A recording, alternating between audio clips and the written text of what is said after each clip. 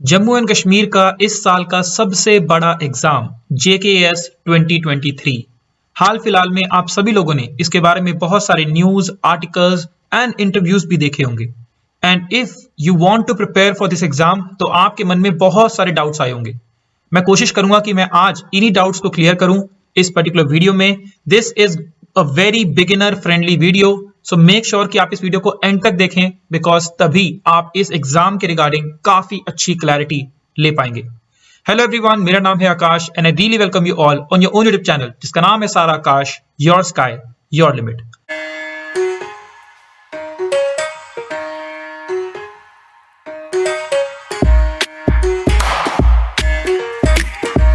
Start करने से पहले एक छोटी सी चीज, बेसिकली जो वीडियो रहने वाली है वो बिगिनर और फ्रेशर फ्रेंडली रहने वाली है, बिकॉज मेजॉरिटी ऑफ लोग आप में से जो है जो वीडियो को देखने वाले हैं वो बिगिनर या फिर फ्रेशर कैटेगरी में लाइक करते हैं।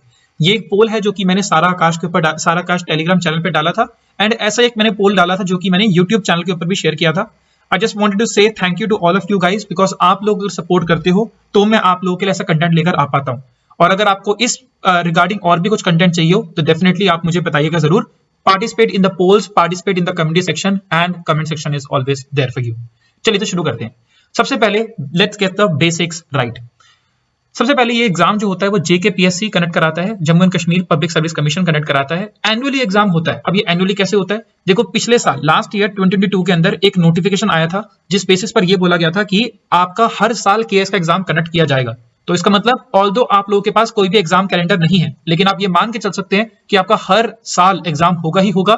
थोड़ी बहुत टाइमिंग जो होती है वो आगे पीछे शिफ्ट हो जाती है, बट यहाँ पर आपका एग्जाम डेफिनेटली देखने को मिलेगा। अब क्या एग्जाम होना ही काफी होता है? नहीं, vacancies and number of post are also very important.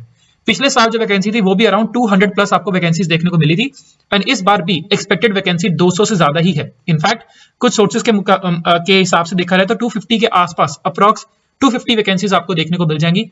Now comes the eligibility. तो एलिजिबिलिटी के रिगार्डिंग अगर बात करें तो यहाँ पर अगर आपने किसी भी फील्ड के अंदर आपने ग्रेजुएशन कर ली है तो you can definitely give this exam.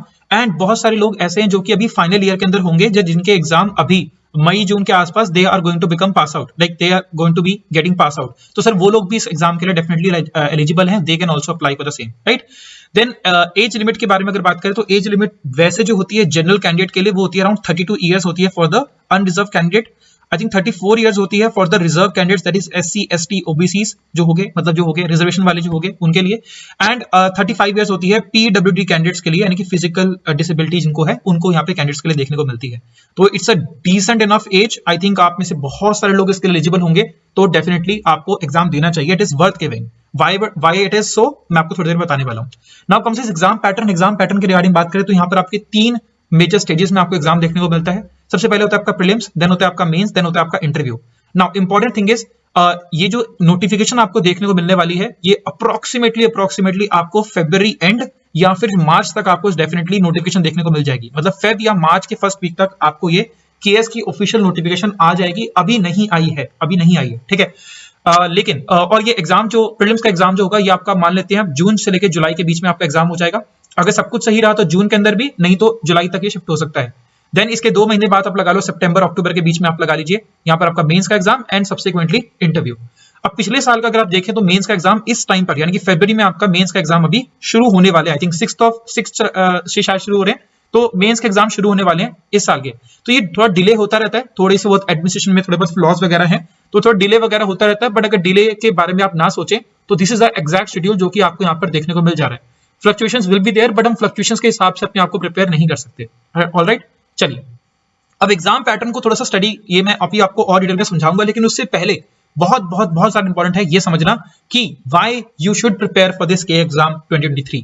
इस एग्जाम की तैयारी आपको क्यों करनी चाहिए ये जरूर समझना जरूरी है। तो मेरे हिसाब से मैं 4 पॉइंट्स जो हैं काफी ज्यादा इंपॉर्टेंट है। इन चारों पॉइंट्स में से आपको अपना एक पर्टिकुलर रीजन चुनना जरूर है। अगर एक रीजन आप चुन लेते हैं, देयरफॉर आई थिंक आपकी पूरी की पूरी जर्नी सॉर्टेड हो जाएगी। सबसे पहला रीजन सैलरी, पावर या फिर आप रिस्पेक्ट भी कह सकते हैं।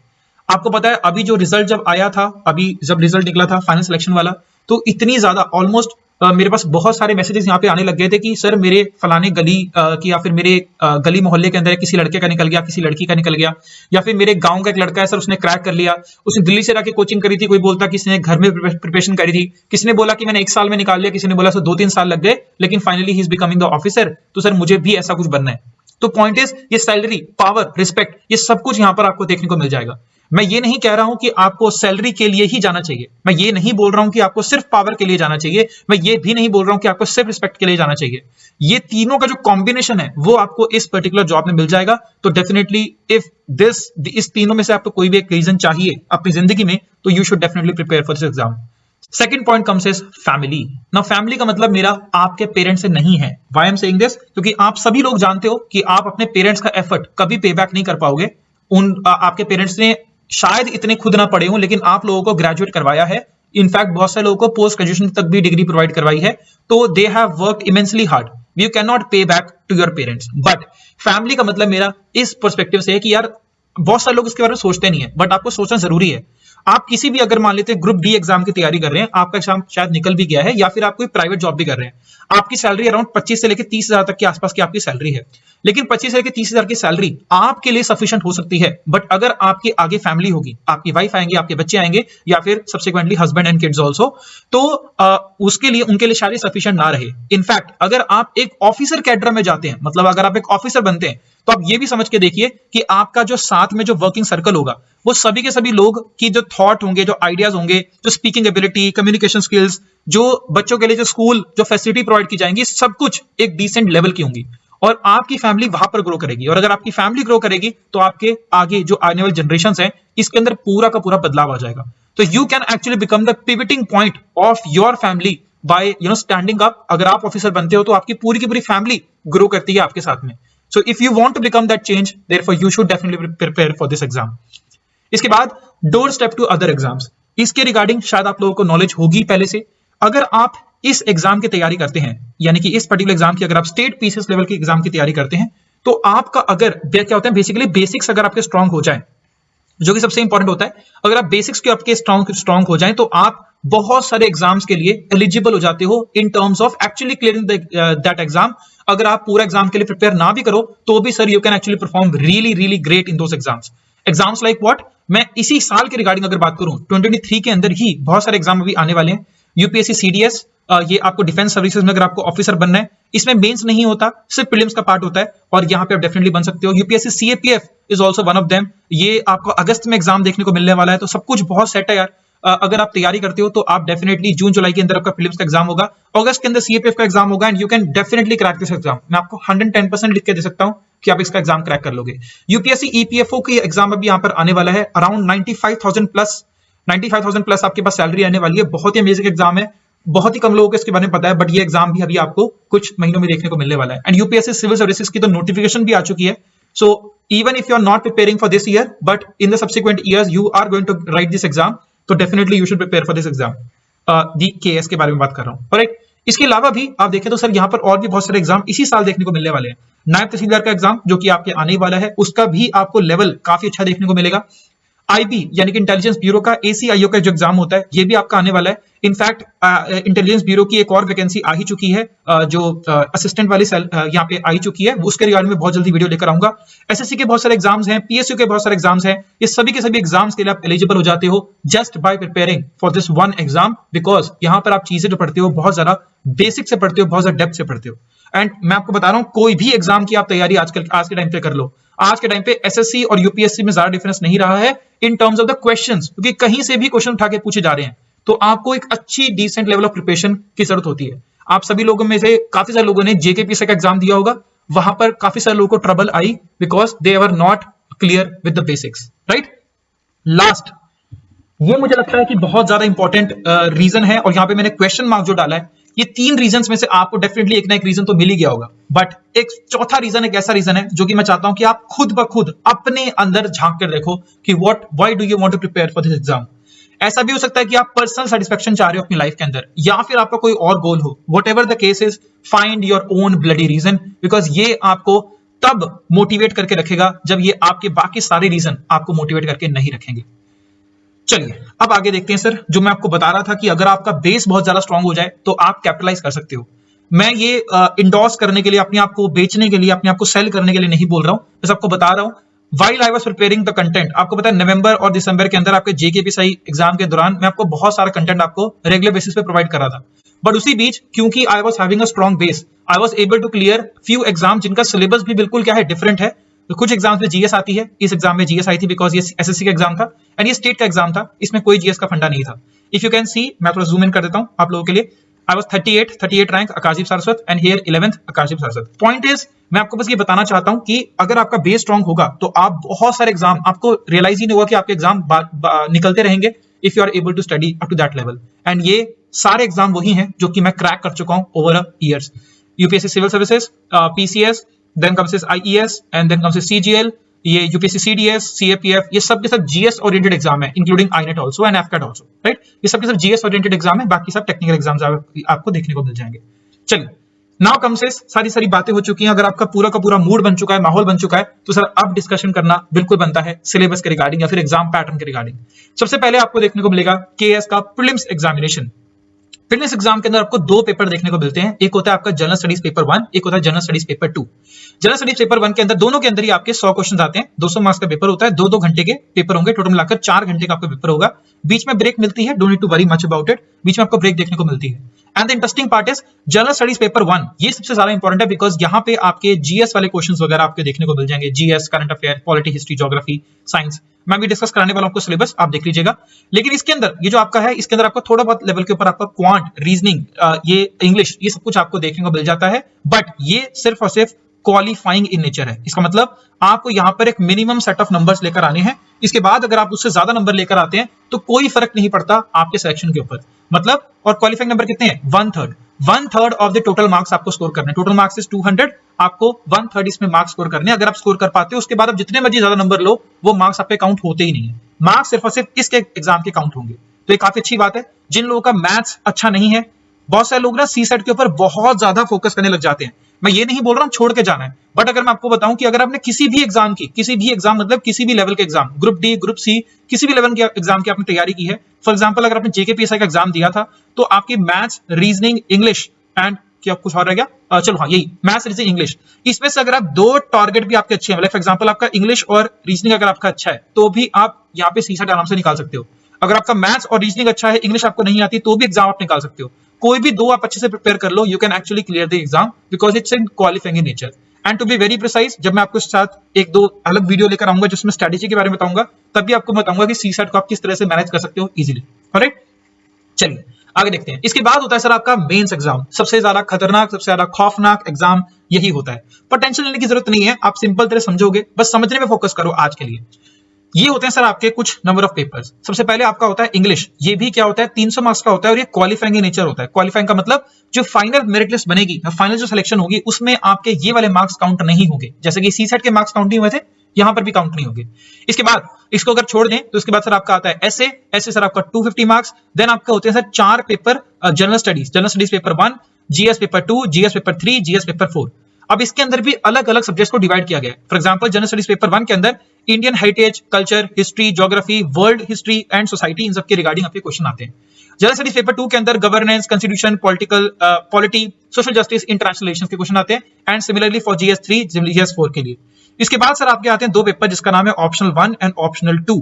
ऑप्शनल 1 एंड ऑप्शनल 2 भी आपके काफी इंपॉर्टेंट होने वाले हैं। इनफैक्ट ये ऑप्शनल 1, देन आपके जीएस पेपर 4, ये स्टार एंड एसे, ये 3 बहुत इंपॉर्टेंट पिलर्स हैं बिकॉज बाकी सब चीजें ऐसी हैं जो कि आप प्रीलिम्स के लिए भी पढ़ोगे ही पढ़ोगे, तो आपका ऑलरेडी इसमें काफी अच्छा बेस क्लियर हो जाएगा। बट ये जो 3 चीजें हैं, ये थोड़ी सी डिस्टिंक्टली अलग हैं with regard to the mains examination. और सबका टोटल मिलाकर बनता है आपका 750 मार्क्स। इसके बाद आपका 250 मार्क्स का होता है आपका interview which is the third stage. And finally 2000 marks के बीच में आपकी बनती है एक merit list. Based upon the your score you are going to get your desired, जो भी आपने पोर्टफोलियो या फिर जो भी आपने चीज यहाँ पे चुनी गई है, वो आपको सर्विसेज मिल जाएंगी। ठीक है, चलिए अब देखते हैं सर, बहुत इंपॉर्टेंट है, अब देखते हैं सर इसका syllabus. Alright, as you can see ये है आपका सिलेबस फॉर द एग्जामिनेशन। यहाँ पर पार्ट बाय पार्ट सिलेबस अच्छी तरह से मेंशन किया हुआ है। ये एक पुरानी जेकेएस की नोटिफिकेशन है, मैंने वहां से कट डाउन वर्जन लिया है। बाकी ऑफिशियल नोटिफिकेशन में जब आएगा तो भी सेम ही रहने वाला है, इसमें कोई चेंज आपको देखने को नहीं मिलता। ठीक है, चलो एक बार देखते हैं फटाफट से। सबसे पहले सर हमारे सामने आ रहा है प्रिलिमिनरी एग्जामिनेशन, जो कि आपका 200 मार्क्स का आपको देखने को मिलता है, पेपर नंबर 1। ये काफी इंपॉर्टेंट आपको देखने को मिल जाता है। इसमें सर कई सारी चीजें यहाँ पर आपके आ जाएंगे, current events, history, Indian geography, world geography, Indian polity, economy, environment, general science और साथ ही साथ में जेएनके स्पेसिफिक क्वेश्चन भी यहाँ पे पूछे जा सकते हैं। ठीक है, 2 घंटे का पेपर होता है, वो आपको मैं बता ही चुका हूँ। देखो अब ये सिलेबस एग्जैक्टली सेम था, जेकेपीएसआई का सिलेबस भी एग्जैक्टली यही था। जहां तक मुझे लगता है नायब तहसीलदार का जो सिलेबस आपका आएगा वो भी यही आपका सिलेबस होने वाला है, but it is like until it's official, तो मैं भी इस पर कमेंट नहीं करूंगा। पॉइंट मेरा ये है कि देखो जेकेपीएसआई के अंदर जो लेवल आया उससे तो काफी ज्यादा लेवल आपको देखने को मिलेगा। ठीक है, मतलब आप सिविल सर्विसेज के कंपैरिजन में लेवल मान सकते हो, कंसिडरिंग पिछले साल का जो पेपर आपका देखने को गया था काफी टफ उसका लेवल भी था। ठीक है, चलो कोई दिक्कत वाली बात नहीं है। इसके बाद सर हमारा जो आता है then we move on to the fact of हमारा पेपर नंबर 2।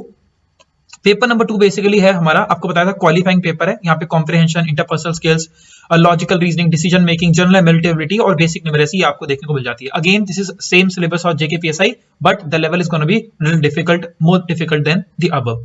अब यहाँ पर अगर आपका मैथ्स वगैरह भी वीक है तो भी यहाँ पे कोई दिक्कत वाली बात नहीं होती, मैं आपको पहले ही इस बारे में बता भी चुका हूँ।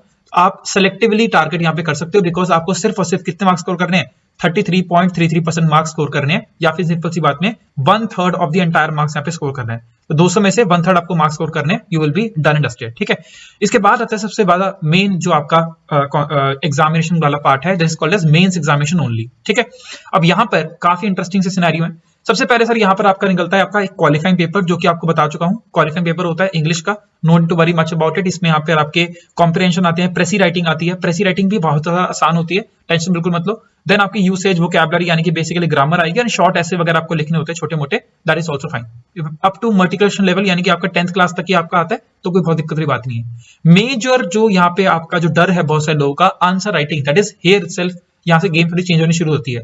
सबसे पहले पेपर नंबर 1 बहुत ज्यादा इंपॉर्टेंट है, ऐसे बहुत ज्यादा इंपॉर्टेंट होता है। तो ऐसे यहाँ पर आपके आते हैं, और मतलब डिपेंडिंग अपॉन की कौन से टॉपिक्स, मतलब topics which are in news और it are in general topics itself, वहां से कैसे पूछे जा सकते हैं। इसके बाद सर आपका आता है पेपर नंबर 2, पेपर नंबर 2 लेकिन जनरल स्टडीज 1। ठीक है, तो ऐसे और जनरल स्टडीज के 5 पेपर आपको देखने को मिलते हैं। अब इसके अंदर सर यहाँ पर कई सारी चीजें दी हुई है, इंडियन हेरिटेज एंड कल्चर दिया हुआ है, हिस्ट्री दिया हुआ है, ज्योग्राफी दिया हुआ है, world history, world and society के रिगार्डिंग भी यहाँ पर प्रोविजन आपके मेंशन है। अगर मैं इसको यहाँ पे थोड़ा सा और देखूं तो यहाँ पे Indian culture, modern history, then post India independence, India history of the world. ठीक है, एंड यहाँ पर आपके और भी बहुत सारे सोशल एम्पावरमेंट, डिस्ट्रीब्यूशन ऑफ की नेचुरल रिसोर्सेज, एंड ये सारा आपका सिलेबस आपका आने वाला है। टेंशन बिल्कुल मत लो, ये सिलेबस आपको मिल जाएगा, you can of course go and easily watch it. Then comes paper number 2, यहाँ पे सर आपकी गवर्नेंस, पॉलिटी से रिलेटेड थोड़ा सा ज्यादा आता है यहाँ पे, governance, constitution, polity, social justice and international relations, IR भी यहाँ पे आपको देखने को मिलेगा। तो Indian constitution, function, separation of powers, ये सब आपने पॉलिटी में पढ़ ही लिया होगा, मतलब पढ़ेंगे अल्टीमेटली, सॉरी। देन कम्स यहाँ पर आपका आ गया, देन आपका representation of people's act, then we are also having the statutory provisions, then development processes, welfare schemes वगैरह के रिगार्डिंग बात होती है, health, human resources, social sector initiatives के रिगार्डिंग बात होती है, elevation of poverty and hunger, right, sorry removal of poverty and hunger, then आपका role of civil services in democracy, then आपके और भी बहुत सारे यहाँ पे टॉपिक्स, इंटरनेशनल रिलेशंस वगैरह, इंटरनेशनल रिलेशंस वगैरह पर देखने को मिल जाएंगे। देन आता है पेपर नंबर 4, यहाँ पर आपको technology, economic development, biodiversity, environment, security, disaster management, इन से क्वेश्चन यहाँ पे देखने को मिल जाते हैं। टू बी वेरी फ्रैंक अगर आपको बताऊं तो चलो ये तो ठीक है। देन कम्स ये सब टॉपिक्स आपके यहाँ पे आ जाएंगे, you can slow down the video और you can pause the video to watch these things. Science tech भी यहाँ पे आपके बीच में इंक्लूड हो गया है, सिक्योरिटी फोर्सेस वगैरह के ऊपर भी आपका आता है। ये जो पेपर नंबर 5 है, अगेन इसके ऊपर स्टार लगा लो, बहुत इंपॉर्टेंट पेपर होता है, क्योंकि ये जो है एथिक्स, ये कंप्लीटली डिफरेंट है। ये जो टॉपिक है ना, ये आपको प्रीलिम्स में बिल्कुल भी देखने को नहीं मिल जाएगा। इससे पहले जो हमने जीएस 1, 2, 3 देखे, वो उनके जो टॉपिक्स होते हैं वो आप प्रीलिम्स के पर्सपेक्टिव से भी पढ़ लेते हो। ये जो टॉपिक है ये मेंस के पर्सपेक्टिव से बहुत इंपॉर्टेंट हो जाता है। ऐसे बहुत इंपॉर्टेंट था, एथिक्स बहुत इंपॉर्टेंट है, एंड द लास्ट जो होगा सबसे ज्यादा इंपॉर्टेंट होगा वो होगा ऑप्शनल, क्योंकि उसके 2 पेपर होते हैं। ठीक है, तो ethics, aptitude, very very important. ठीक है, यहाँ पर आपके सब ये जो आपके टॉपिक्स लिखे हुए हैं ये सब यहाँ पर आपके मेंशन किए हुए हैं। ठीक है, नेक्स्ट आगे बढ़ते हैं सर, ये सारे टॉपिक्स आपको देखने को जाएंगे एथिक्स के। एंड फाइनली सर आपके आते हैं ये paper number 6 and paper number 7, जो कि आपके होते हैं ऑप्शनल सब्जेक्ट। मतलब एक ऑप्शनल सब्जेक्ट को पिक करोगे और उसके 2 पेपर आपके होंगे, ये आपको देखने को मिलेंगे। और अगर मुझे आपको प्रिसाइजली बताना हो कि कौन से कौन से आपके सामने ऑप्शनल सब्जेक्ट अवेलेबल है, तो वो यहाँ पे आप देख सकते हो। कैंडिडेट्स में choose one of the following option subject. यहाँ पर आपके आगे हैं agriculture, animal husbandry, anthropology one of the very very favourite subject out there, ठीक है। इसके अलावा यहाँ पर आपका botany, chemistry, civil engineering, economics, geography, geology, history, law, management, mathematics, mechanical engineering, medical science, philosophy, physics, ये political science and PSIR, then psychology, and then comes is public administration, sociology, statistics, zoology और literature of the following substances. आप इसमें से कोई भी literature वाला subject भी pick कर सकते हो। ये सभी के सभी क्या है सर, आपका सिलेबस का पार्ट है। चलिए, तो सिलेबस देखकर आई नो कि आप लोगों को काफी सारा दिक्कत परेशानी लग रही होगी और ऐसा लग रहा होगा कि यार बहुत ज्यादा सिलेबस है और टाइम बहुत ज्यादा कम है, मुझे नहीं लगता कि मैं एग्जाम क्लियर कर पाऊंगा। और ये क्वेश्चन दिमाग में आ रहा होगा कि सर क्या हम लेट तो नहीं हो गए 2023 के लिए, बिकॉज कहीं ना कहीं आप लोगों ने सुना हुआ है अपने जो इस साल के जो टॉपर्स रहे हैं, जिनके सिलेक्शन हुआ है उनसे, कि उन्हें 2 साल लग गए, 3 साल लग गए, 4 साल लग गए इस एग्जाम को क्रैक करने के लिए, या कुछ 1-2 जो मतलब महान लोग थे उन्हें 1 साल के अंदर या कुछ महीनों के प्रिपरेशन के अंदर भी क्रैक कर लिया। बट क्या आप भी ऐसा क्लियर कर सकते हो? तो मेरा आंसर बिल्कुल ये है कि yes, you can clear this exam. And are you late? The answer is no, you are not late for this particular exam. 2023 की बात कर रहा हूं, जो 2024 के लिए तो आपके पास डिसेंट टाइम है ही, बट 2023 के लिए आप लेट नहीं हो। क्यों लेट नहीं हो और कौन से लोग डेफिनेटली इसको 23 को टारगेट कर सकते हैं? उन लोग को टारगेट डेफिनेटली करना चाहिए जिनका बेस स्ट्रांग है। Now what do you mean by base? जरा समझते हैं इसको। देखो, बेस का मतलब कई चीजों से है। फॉर एग्जांपल, सबसे पहली चीज इज, अगर आप लोगों ने इससे पहले कभी भी जीएस पढ़ी है, बिकॉज आप लोग जानते हो कि जीएस ओरिएंटेड एग्जाम ज्यादा होता है। अगर आप लोगों ने जीएस पढ़ी है इससे पहले, फॉर एग्जांपल मैं आपको बता देता हूं, मैंने करीबन 1000 लोगों को पढ़ाया था। कोई और प्लेटफॉर्म दूसरा था, बट मैंने जेकेपीएसआई के रिगार्डिंग करीबन 1000 लोगों को ऑनलाइन पढ़ाया था। पर जब वो बैच स्टार्ट किया गया था, तो वो बहुत जल्दी स्टार्ट किया गया था। इसलिए जब मैंने जेकेपीएसआई के लिए आपको पढ़ाया, तो मैंने आपको काफी सारी चीजें एक्स्ट्रा भी बता दी।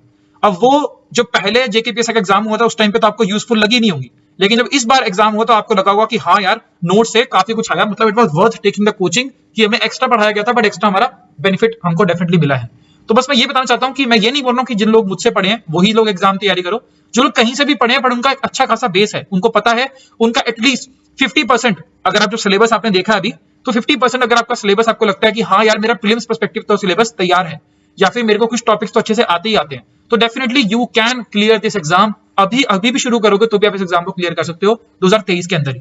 इसके अलावा एक छोटी सी चीज और भी है, अगर किसी इंसान को बिल्कुल भी सीसेट के बारे में नॉलेज नहीं है, या फिर कह सकते हैं जिसको बिल्कुल भी मैथ्स जिसने अभी तक बिल्कुल भी नहीं पढ़ा है, रीजनिंग बिल्कुल भी नहीं पढ़ी है, इंग्लिश बिल्कुल भी नहीं पढ़ी है, तो उनके लिए एग्जाम डेफिनेटली डिफिकल्ट हो सकता है। बट मैं आपको पहले बता रहा हूं, जैसा कि मैंने बोला, अगर किसी आप में से, आप जो भी वीडियो देख रहे हैं, इसमें अगर आपने किसी भी एग्जाम की तैयारी करी है, चाहे वो ग्रुप डी लेवल का एग्जाम हो, चाहे वो ग्रुप सी लेवल का एग्जाम हो, चाहे वो ग्रुप बी लेवल का हो, या फिर ग्रुप ए लेवल का हो, अगर आपने किसी भी एग्जाम की डेडिकेटली तैयारी की है, तो आपका सीसेट भी डन होगा एंड जीएस में आपका डिसेंट एनफ बेस बन चुका होगा। तो आपको नई इंफॉर्मेशन जो आप गैदर करोगे, वो पुरानी की इंफॉर्मेशन के साथ लिंक हो जाएगी। You need not to get too much of struggle out there.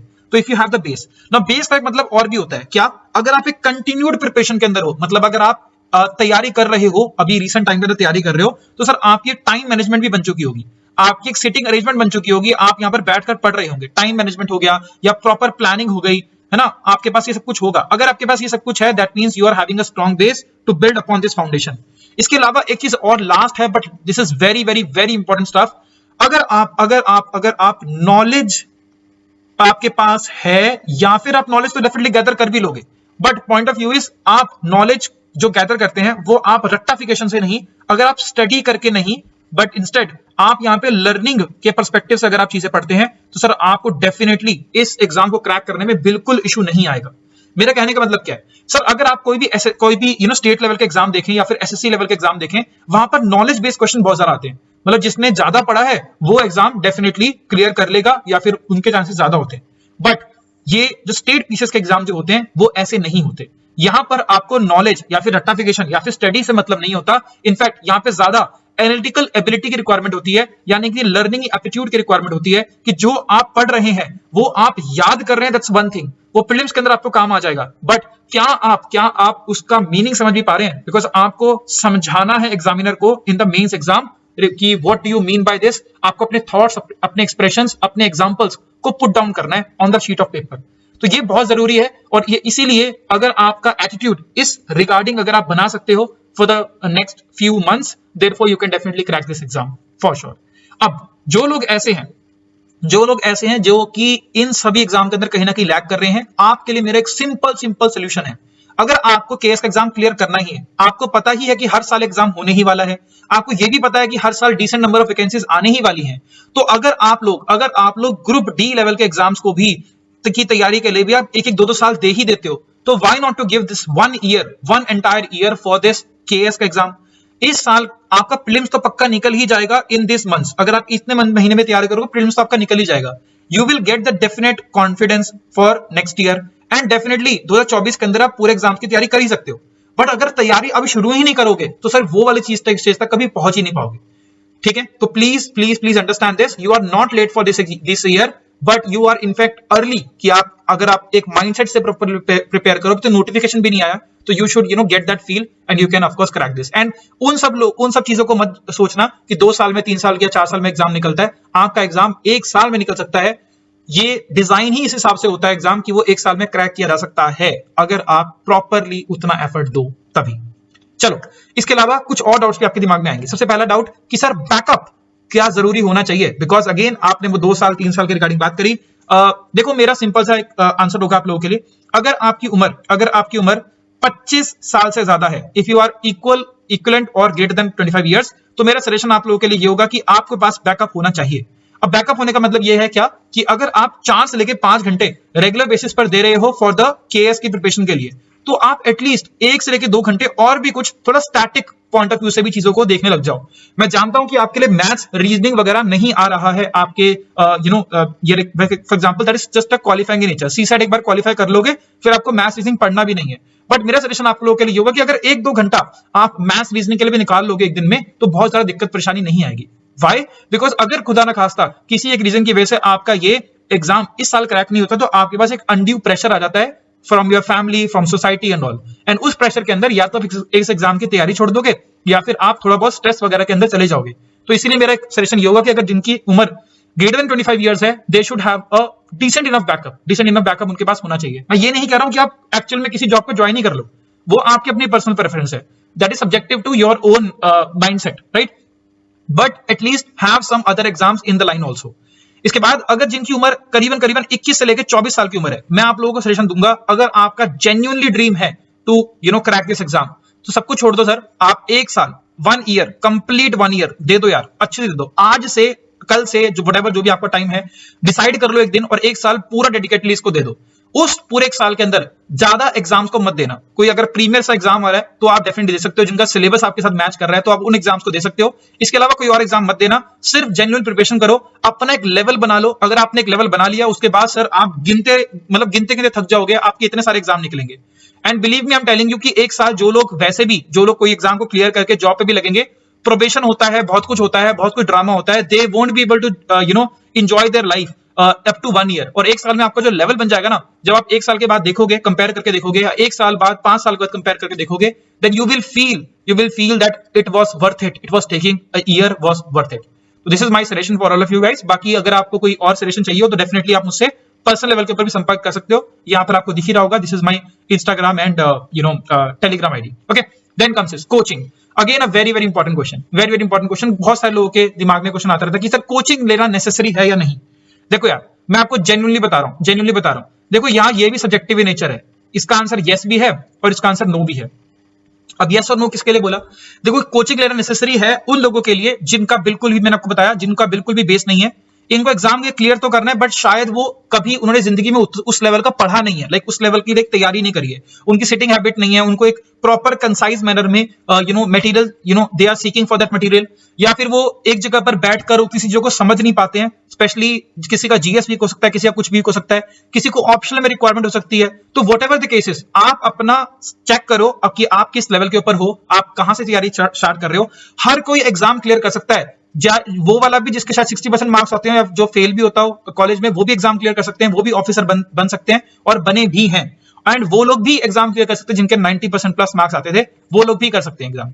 दोनों के दोनों बराबर हैं, लेकिन अगर आपके अंदर कुछ कमी है तो आपको उस कमी को रिकॉग्नाइज करना चाहिए and you can definitely take the coaching. ठीक है, एंड जो कोचिंग नहीं लेने वाले पक्ष है सर, बिल्कुल बिना कोचिंग के भी आप इस एग्जाम को क्लियर कर सकते हो। There is not even a single % doubt. I am telling you 101% आप इस एग्जाम को बिना कोचिंग के क्लियर कर सकते हो, because enough amount of material is available. But होता क्या है, problem of plenty. Problem of plenty मतलब सर यहाँ पर इतना सारा मटेरियल अवेलेबल है कि आपको फिल्टर डाउन या लाइक उसके शॉर्ट डाउन करने में बहुत सारी दिक्कतें आती हैं। तो अगर आप अपने आप को नॉलेज वाला पर्सपेक्टिव आप हटाकर, आप अपना एक लर्निंग वाला पर्सपेक्टिव को लेकर आते हो, एनालिटिकल एबिलिटी को डेवलप करने की कोशिश करते हो, तो डेफिनेटली आप मिनिमम रिसोर्सेज से भी इस एग्जाम को क्लियर कर सकते हो for sure, and you can actually get the top ranks also. कि मेरा खुद का भी सर कोर्स आता है, मैं आपको जेन्युइनली बोल रहा हूं, I am keeping that aside. मेरा खुद एक कोर्स आता है जीएस फाउंडेशन कोर्स, लेकिन आपको खुद बोल रहा हूं कि आपके लिए नेसेसरी नहीं है कि आप इस कोर्स को ज्वाइन करो या किसी भी बाय फार कोर्स को ज्वाइन करो। बट पॉइंट ये है कि आपको पर्सपेक्टिव पता होना चाहिए कि अगर आपके अंदर कमी है, therefore definitely go for this course. If you are feel कि नहीं यार मेरे पास डिसेंट इनफ मटेरियल है, I can manage my time well, I can get this things and all, तो you can definitely prepare for this exam, no doubt about it. कोई भी course दुनिया में, कोई भी कोर्स दुनिया में, कोई भी इंस्टीट्यूट, आप बड़े से बड़ा इंस्टीट्यूट चले जाओ, आप दिल्ली चले जाओ, कहीं भी चले जाओ, 40 से लेके 50% ऑफ प्रिपरेशन वो लोग करा सकते हैं। इसके ऊपर आपकी प्रिपरेशन सिर्फ आपके हाथ में, क्योंकि आंसर्स आपने लिख के आने हैं। आप जो भी याद करोगे सर, आप याद करने वाले हो। यहां पर कोई ट्रिक्स वगैरह काम करके शॉर्टकट वगैरह नहीं है इसकी प्रिपरेशन का। You have to have the hard work. In fact आप किसी भी एग्जाम की तैयारी करो, जैसे कोई भी एग्जाम क्लियर होता है तो मेरे को लोग मैसेज करते हैं कि thank you so much sir, लेकिन मैं बोलता हूं कि तैयारी आपकी थी, मैंने तो सबको वही पढ़ाया था, लेकिन आप लोगों ने मेहनत करी उस चीजों को याद करने की, राइट। तो मेहनत आप लोगों के, कोई भी इंस्टीट्यूट आपको 40 से लेके 50% ऑफ सिलेबस ही करा सकता है, उससे ज्यादा कोई नहीं करा पाएगा। You have to work towards the goal itself, ठीक है, ऐसे करके। Now comes is books and resources. देखो इसके लिए पूरे डेडिकेटेड वीडियो बना लूंगा, बिकॉज अभी सेशन काफी ज्यादा लंबा हो गया, I am realising it right now. तो बुक्स एंड रिसोर्सेज के लिए आपको एक सजेशन देना चाहूंगा। जो वो पुराना कन्वेंशन है ना कि भैया क्लास 6 से लेकर क्लास 12 तक की एनसीईआरटी पढ़ लो और काम बन जाता है, मैं आपको जेन्युइनली बोल रहा हूं कि सर ये चीजें एटलीस्ट आज के टाइम के ऊपर थोड़ी सी वाइबल नहीं है। Why I am saying this, because 2023 के अंदर सर एग्जाम के अंदर आपके पास रह गए अराउंड 4 महीने के आसपास रह गए हैं। I will show you with proof, जब मैं वीडियो, अगर आप लोग इंटरेस्टेड होंगे तो आप मेरे को कमेंट पे जरूर लिखिएगा, मैं विद प्रूफ आप लोगों को बताऊंगा कि अगर आप एनसीईआरटी के नंबर ऑफ पेजेस ही गिन लो, उसके बाद अगर आप काउंट करके देखो, तो आप humanly it is not possible कि आप 6 से लेकर 12th क्लास तक की एनसीईआरटी खत्म करो एंड इसको कम से कम 3 बार रिवाइज कर लो, मल्टीप्लाई बाय 3 टाइम रिवाइज कर लो। This is not possible humanly also, right, in this coming 3 months. And अब सब्सिक्वेंटली, ये तो खाली जीएस वाला सेक्शन हो गया, देन आपको और भी बहुत सी चीजें पढ़नी है। तो इस तरह से आप सिलेबस ही पूरा नहीं कर पाओगे अगर if you are preparing for 2023 exam. क्या ये मस्ट है? बिल्कुल मस्ट नहीं है। आप अगर आपको पढ़ना ही एनसीईआरटी, तो आप 10th क्लास से लेकर 12th क्लास तक की एनसीईआरटी पढ़ सकते हो। 9th 10th is something that you can actually look forward to. और इसके अंदर भी सर आपको बहुत ज्यादा सेलेक्टिव नेचर होना जरूरी है। तो इसके रिगार्डिंग मैं एक पूरी सेपरेट वीडियो लेकर आ जाऊंगा। अगर आप लोग इंटरेस्टेड हुए, I will definitely tell you minimum number of resources, और उसके साथ स्टिक करना है आपको, फिर ज्यादा हाथ पैर नहीं मारने, ठीक है। Then comes is optional. बहुत सारे लोगों को दिक्कत आती है कि सर आंसर राइटिंग लिखना आता नहीं है। आंसर राइटिंग चलो एक बार को साइड में रख दो, ऑप्शनल चूज कैसे करें सर ये भी समझ नहीं आ रहा है, तो बात ही मतलब लाइक बाकी सब बातें तो बाद में करेंगे। देखो मेरा सजेशन, 2 सजेशन आपको दूंगा। सबसे पहली बात, तो पहले तो जब तक आपकी पॉलिटी, इकोनॉमी ये आपकी कवर नहीं हो जाती, and for that matter I would से geography little bit also, but ठीक है ज्योग्राफी नहीं भी होगी, पॉलिटी एंड इकोनॉमी जब तक आपकी कवर नहीं होती, आप ऑप्शनल की तरफ सोचो भी मत। आप अभी बिल्कुल दिमाग में लगाओ ही मत। आपका कुछ सोच ये होना चाहिए कि आप नेक्स्ट 1 मंथ के अंदर, या ये जो भी आपके लगते हैं, 1-2 महीने, 1.5 महीने के आसपास लगता है, आप जितनी जल्दी हो सके पॉलिटी और इकोनॉमी को यहाँ पे रैप अप करो। एंड रैप अप करने का मतलब ये नहीं है कि आप उड़ा दो, बिल्कुल भी नहीं। आप अच्छी तरीके समझ के, डिटेल में समझ के दोनों टॉपिक्स को कवर करो, बिकॉज अगर टॉपिक्स को कवर करोगे तो आपको बाकी सब जो ऑप्शनल्स आपके हैं सर, वहां पर भी आपको चीजें समझ आनी शुरू हो जाएंगी। फॉर एग्जांपल जब इकोनॉमी पढ़ोगे तो आपको आईआर, इंटरनेशनल रिलेशन, थोड़ा बहुत समझ में आने लग जाएगा कि कैसे पॉलिसी फ्रेमिंग के अंदर economy place a very important part. अगर आप पॉलिटी पढ़ोगे तो आपको थोड़ा बहुत यहाँ पे सोशल लेवल के ऊपर चीजें हो रही हैं सर, वो भी आपको समझ में आनी शुरू हो जाएंगी। आपको वहाँ पे थोड़ा बहुत और चीजों के बारे में भी काइंड ऑफ नॉलेज होनी शुरू हो जाएगी।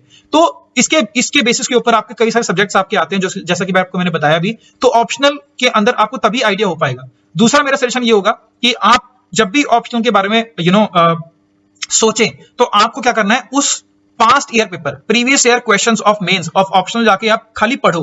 अगर आपको सिर्फ क्वेश्चन पढ़ के, मैं जानता हूं आपने ऑप्शनल नहीं तैयारी करी, बट अगर आपने सिर्फ वहां पर जाके आपको क्वेश्चंस समझ में आ रहे हैं कि भाई हाँ ये पूछ क्या रहा है, मैं आंसर की बात नहीं कर रहा हूं, आपको क्वेश्चंस की लैंग्वेज ही समझ में आ रही है, therefore you can definitely consider that as an option. Otherwise अगर आपको बिल्कुल भी हवा नहीं लग रही है, तो I would highly recommend you कि आप फिर फॉर दिस ईयर एटलीस्ट उसको ऑप्शन यहाँ पर चूज ना करें। एक लास्ट सजेशन मेरा और भी है, which is a very very nice suggestion I would से।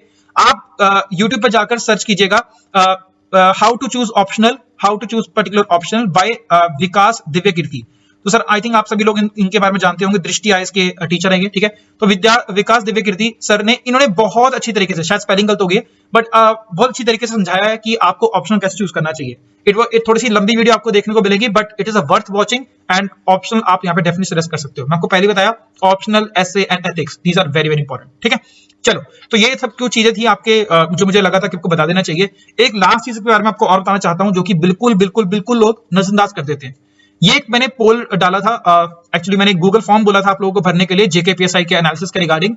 यार सो फार मेरे पास सिर्फ 313 रिप्लाई आए थे, इसीलिए मैंने एनालिसिस वीडियो नहीं बनाई है, because I need at least 1000 replies. But इसीलिए फिर मैंने नई वीडियो बनाई। मैंने बहुत सारे लोगों को बता भी दिया था कि अभी इतने रिस्पॉन्सेज आ नहीं रहे, ठीक है। खैर, इसको साइड में रखते हैं। आप किस लेवल की जॉब करना चाहते हो, योर ड्रीम जॉब, और करीबन करीबन यहाँ पे कितने 85% लोग, 85% इज अराउंड 260 लोग हो गए, है ना, 260 के आसपास यहाँ पे लोग हो गए। इन्होंने बोला था कि हमें ग्रुप ए और ग्रुप बी ऑफिसर बनना है, यानी कि we were talking about this thing only, because यहाँ पर आप ग्रुप ए ऑफिसर बनते हो, गेजेटेड पोजीशन बनती है, and this is like a entire different field all together. You have never imagine the pleasure of being in this kind of a job, अगर आप यहाँ पे सिक्योर कर पाते हो। बट प्रॉब्लम पता है कहां पर आती है? प्रॉब्लम आती है यहाँ पर।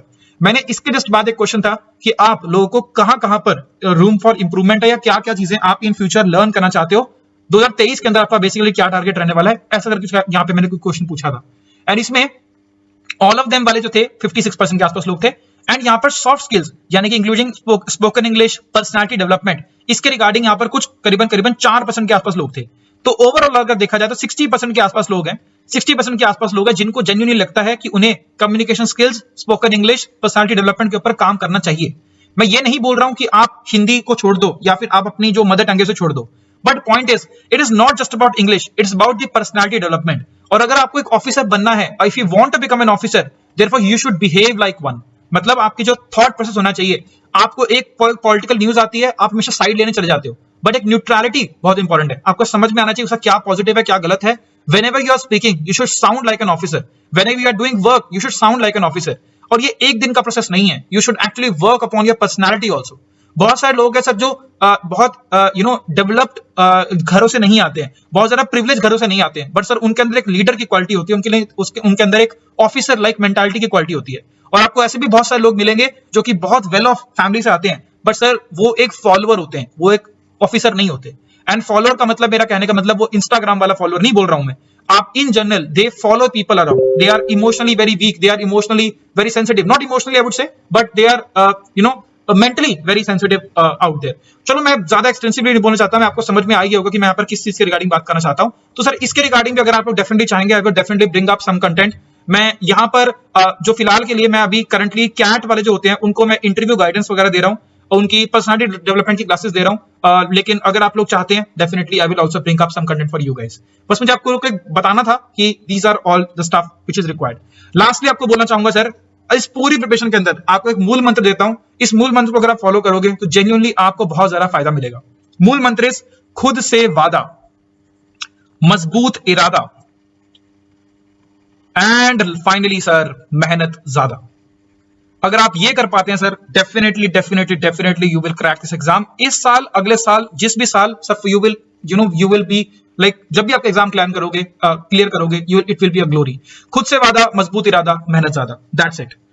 Thank you so much for watching this particular video. अगर आपको यहाँ पर कोई भी दिक्कत हो, कोई परेशानी हो, तो आप डेफिनेटली मुझे इस पे संपर्क कर सकते हैं, Twitter, Instagram and Telegram. And you can definitely join our Telegram group, ये आप डेफिनेटली ज्वाइन कर लीजिए। मैं यहाँ पे बहुत सारी चीजें पूछता रहता हूँ। अगर आपको अच्छा लगे, definitely like, share, comment, subscribe कर लीजिएगा। And share this video with your friends also, because उनको भी पता होना चाहिए कि क्या है एक्चुअली केएस के एग्जाम की राम कहानी।